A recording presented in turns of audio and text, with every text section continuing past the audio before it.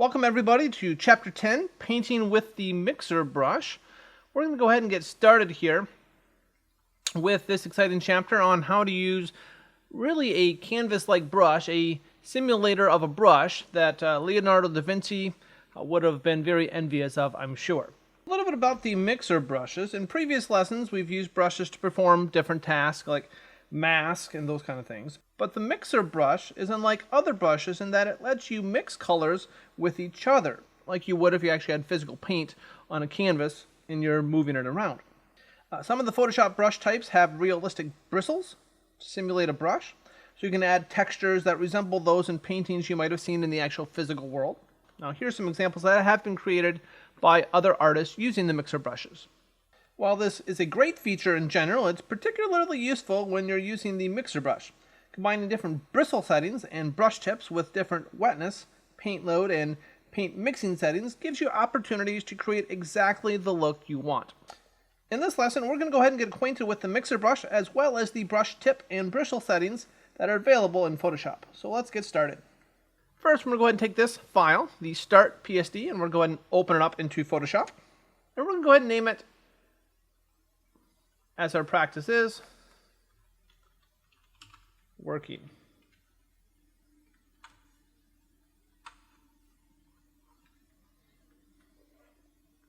Then we're going to our workspace up in the upper right corner, and we're going to change it to painting. Now selecting brush settings. The practice includes a palette and 4 tubes of color as we see in the picture here. We're going to use the sampling of these particular colors. I'm going to go ahead and fill the screen with my picture here. I can use the zoom tool, or you go ahead and just click and drag an area to the area you want. Or you can use the Control plus and minus or Command and a Mac to zoom in or out. We'll go ahead and make it fill, for now, the screen. Now I'm going to go to the eyedropper tool in the tool panel. It's 6 tools down. Inside we have a color sample tool, but the eyedropper tool should be the default. And we'll go ahead and click the red tube, and it will select, and you can see that pattern, what it selected.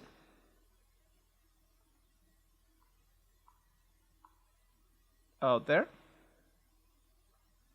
Notice the top section is what you've actually selected this time. The bottom selection is what you had selected right before you clicked if you happen to choose another time. So you can see a little variety of what section you've chosen. Now that we've got a red color, we're going to go ahead and select the mixer brush from the tool panel. And the mixer brush with the painting setting is right here.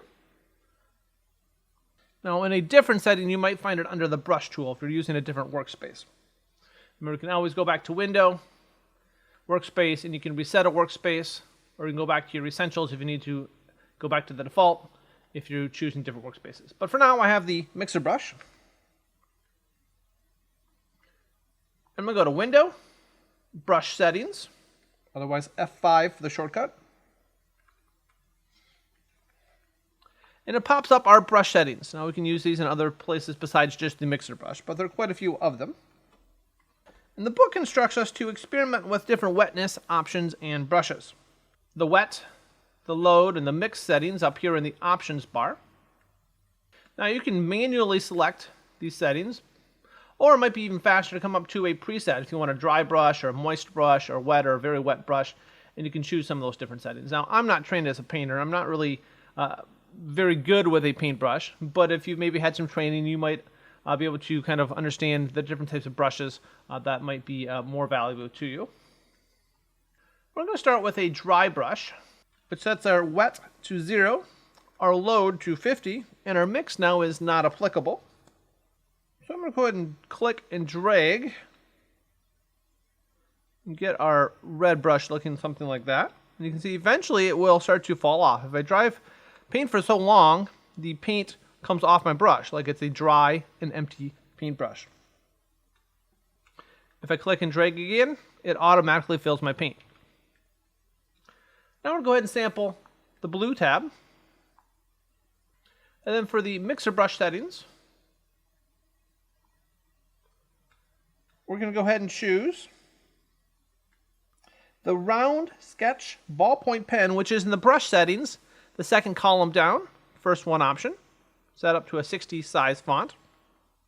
Then we're going to choose wet for the type of brush. Then we'll go ahead and paint above the tube.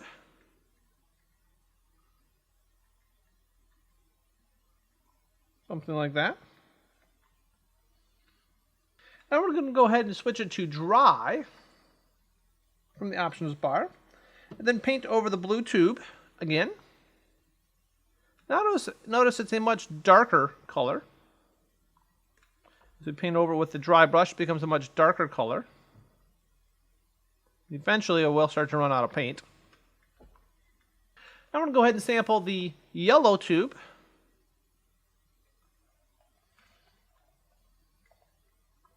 Go back to the mixer brush.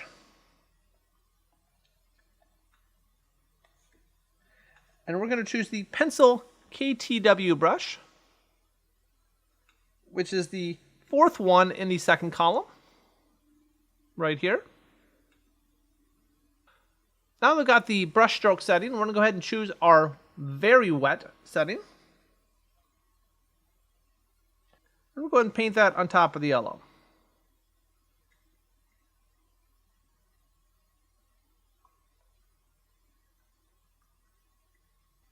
The yellow seems to mix a little bit with the white backdrop.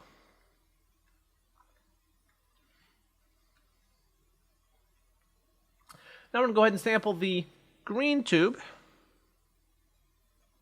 Go back to our mixer brush.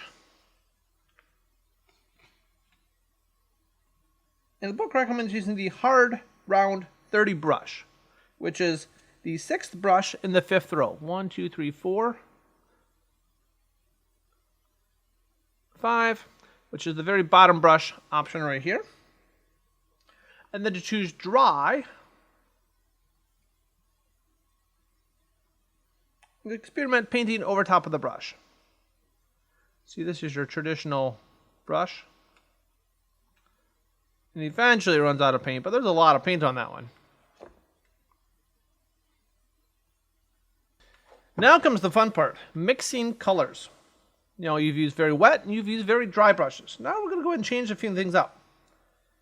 We're going to go ahead and make it so we can see the full column zoomed out here all the way. I'm going to go to the layers panel that's already been here created by the author, the paint mix layer, and I'm going to activate that one. And what that will do is it won't mix with the background layer now. Now with the mixer brush tool, unless I turn on the sample all layers, it now won't mix with the background below. If I have the sample all layers below, it will start to mix with all the layers underneath it as well. I'll go ahead and use the eyedropper tool. And we're going to sample red from the paint tube. And we'll go ahead and choose the soft round brush, the first brush in the first row. Then we're going to go ahead and choose wet from the options drop down. We'll go ahead and paint red in this first circle of the painter's palette. So I ran out of paint.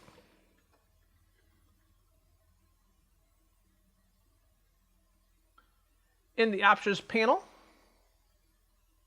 we're going to go ahead and click the clean the brush after each brush stroke. Click and turn that off. So it is not selected. Now using the eyedropper tool, we're going to go ahead and select the blue tube.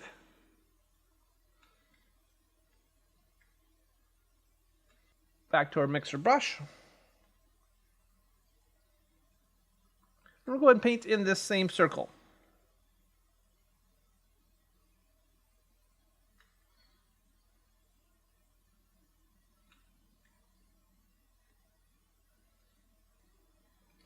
Now I'm going to go ahead and drag the blue color and hold to clean brush to manually clean the brush. Now it shows it's transparent to show that this color now has no paint on it yet. When click and paint, I have to click twice to deactivate the paint again. Paint in the circle. We'll go ahead to clean the brush.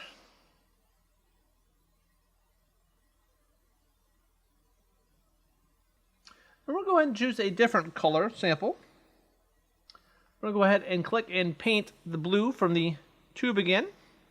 And then go ahead and using the mixer brush, we're going to go ahead and paint half of the circle blue. Now we'll go ahead and sample the yellow from the tube.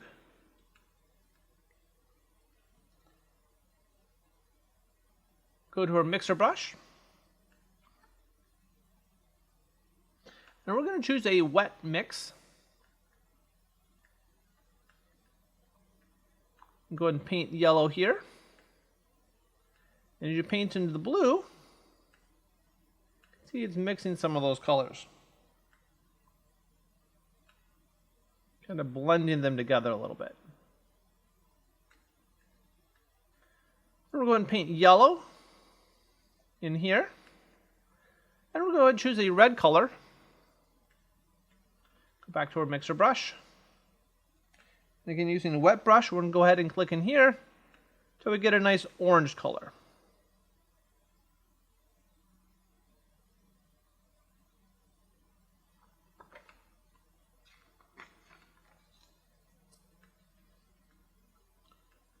We're going to go ahead and turn off the circles layer in the layers panel. To remove the outlines against the painter's palette where we're able to see where we're supposed to paint. Now you've mixed your first digital palette. Go ahead and save your file, Control S or Command S on a Mac, and close the document. The next file we have here is the landscape file. We're going to go ahead and start by saving it as our practice is. A working file, working.jpg, and hit OK. It'll pop up a quality setting. We can go ahead and hit OK. Now the brushes sample, which is different than the brush settings, will be right above your layers panel if you have the painting workspace set up. The brushes panel displays various samples of the different strokes to create different brushes, and it makes it a little faster than trying to come up with all of them on your own, which you are definitely welcome to do if you so choose. If you don't see it, all you have to go is to Window, go to Brushes, and go ahead and click and activate the Brushes panel. Now you'll load brush settings that you've used for an exercise. So you can purchase them, you can find them online, sometimes for free, in different ways you can get brush settings. We're going to go to the upper right column of the panel. We'll click this menu down, go down to Import Brushes. We'll go ahead and find our brush stroke settings under my Lessons Files, Chapter 10, and there's this ABR file. It's a special file for a brush type. It's different than like a JPEG or a PSD file. Specific ABR file, and right now it's only looking for ABR files. And when I do that, it imports this CIB Landscape Brushes file at the end of the list. We're going to go ahead and expand that list and show many of these different settings here. Now, some of the presets contain not only a stroke preview and a name, but are also a color swatch. That's because there's a color associated with this particular brush, if that's the case. And you can see the little color setting that's listed with each one. Now let's go ahead and create a custom brush preset. We're going to go ahead and select the mixer brush, but it's with the mixer brush already selected. I've got my group open. And I'm going to go ahead and select the round fan brush, which is the very first one. We're going to use this as the default portion for our preset. Now go to my brush settings, different than the brushes. I'm going to go ahead and change some of the settings for the default to make it a 36 pixel.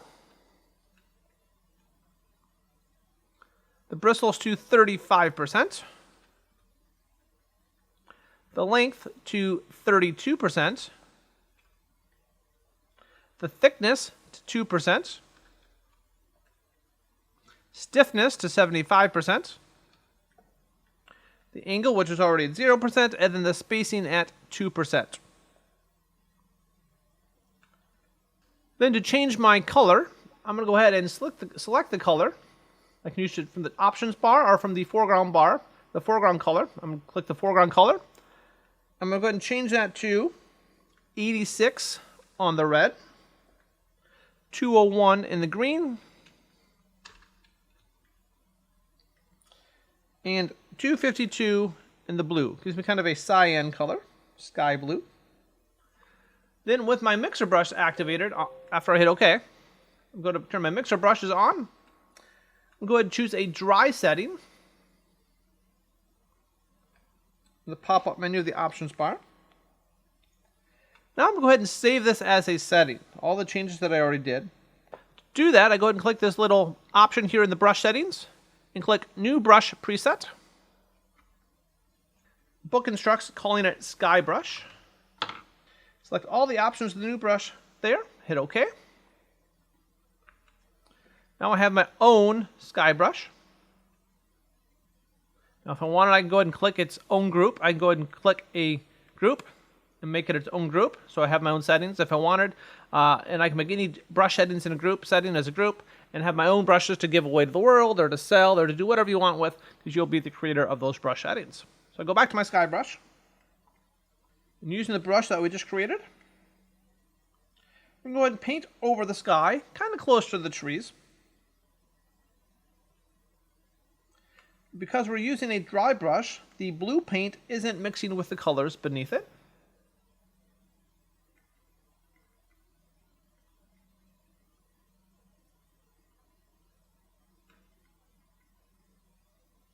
Something like this.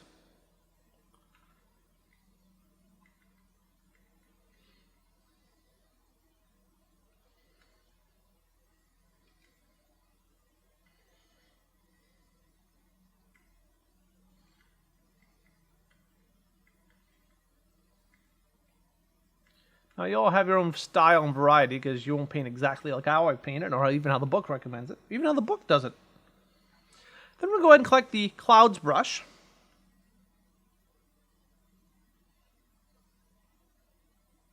And we're going to use this to go ahead and paint diagonally in the upper right corner of the sky to blend the sky and the background together.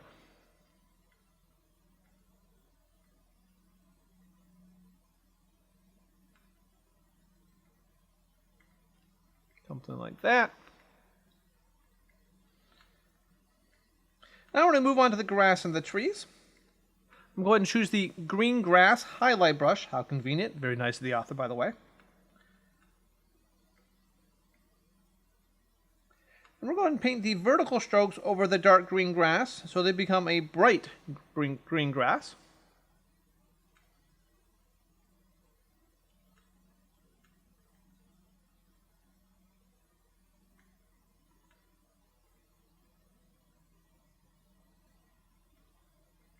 Something like this.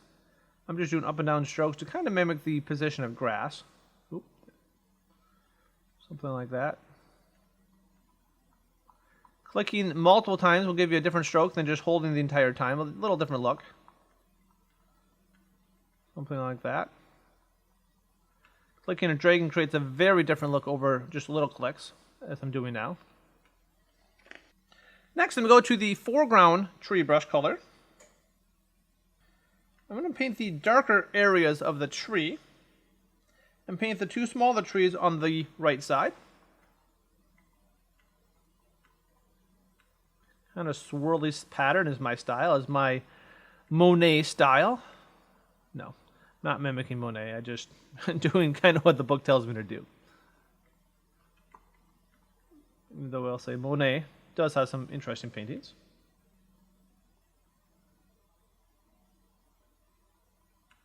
I'm using little brush strokes. If you want to click big brush strokes, you're welcome to. I kind of like the look if I'm using just little brush strokes, personally. But you can do whatever you prefer. It's like a weeping willow tree. I'm actually creating a weeping willow tree, which are really cool until you find out how much mess they are if you actually have one on your property. They drop all kinds of twigs and branches and, yeah, all kinds of stuff. So they're not for the faint of heart. Now, if you have nothing better to do than watch YouTube videos and just clean up weeping willow trees, be my guest. Something like that. The book has to do with blotches. I kind of prefer the little options, but you do as you like.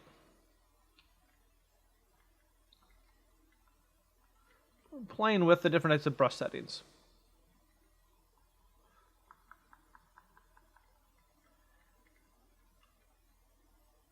Now, if I can only get someone to buy this piece of modern art for, 6 figures, that'd be good. I won't even do my day job probably anymore.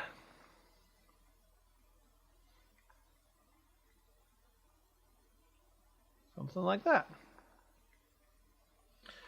So the mixer brushes are an interesting option. They'll give you lots of different looks of how we can create some pretty amazing things. Now, this might not necessarily be a photography thing that you use a lot. Depending on the way you use Photoshop in more of a graphic design position, you might. You never know. Thanks for watching, and as always, don't forget to hit subscribe, and make sure you hit that like button.